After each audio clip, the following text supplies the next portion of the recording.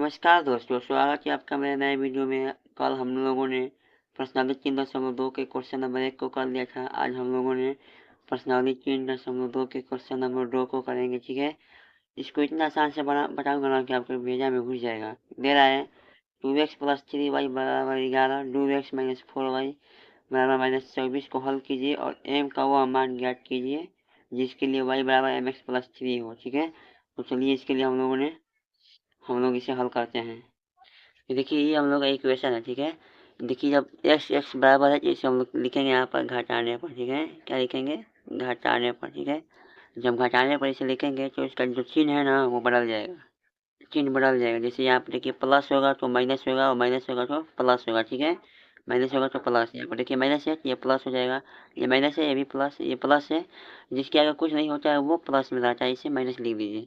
देखिए 2x यहाँ पर 2x माइनस में कट जाएगा। ठीक है, जब 3y और 4y कितना मिलकर हो जाएंगे आपका? कितना हो जाएगा? 7y। ठीक है, और बराबर इसे जोड़ देंगे। 4 1 5 और 2 1 3, 7 5 है 35। y बराबर हम लोग का 5 आ गया। ठीक है, अब y का मान जब 5 आ गया तो y का मान समीकरण लेके में लिख दीजिए यहाँ पर।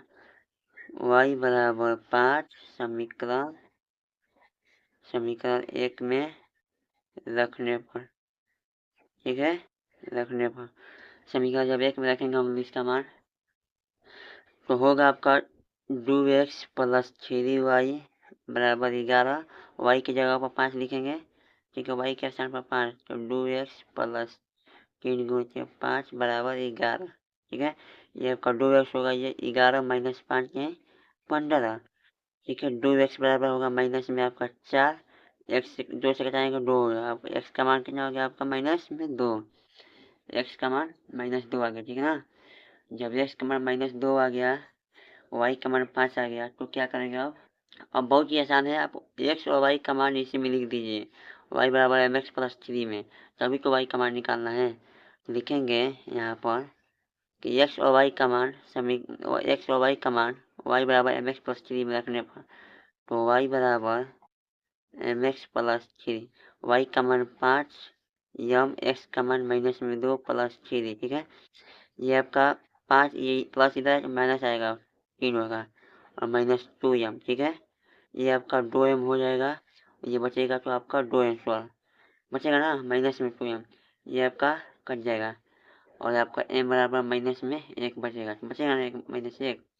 ये आपका क्वेश्चन बहुत ही आसान तरीके से मैंने करा दिया।